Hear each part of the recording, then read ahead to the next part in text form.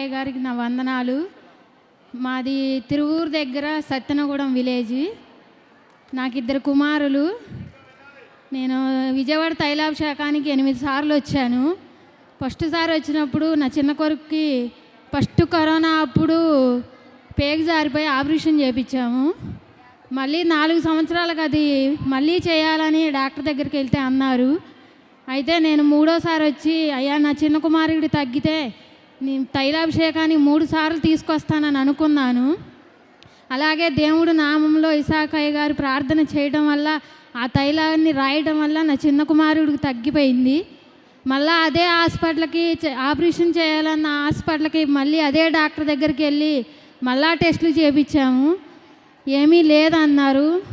అక్కడ నమ్మకం చాలక మళ్ళీ విజయవాడలో కూడా టెస్ట్ చేయించాము. ఏమీ లేదు, తగ్గిపోద్దని చెప్పారు. ఇదంతా ఇసాకయ్య గారి ప్రార్థన వల్ల, నూనె ఇచ్చిన తైలాభిషేకం వల్లే తగ్గిపోయింది.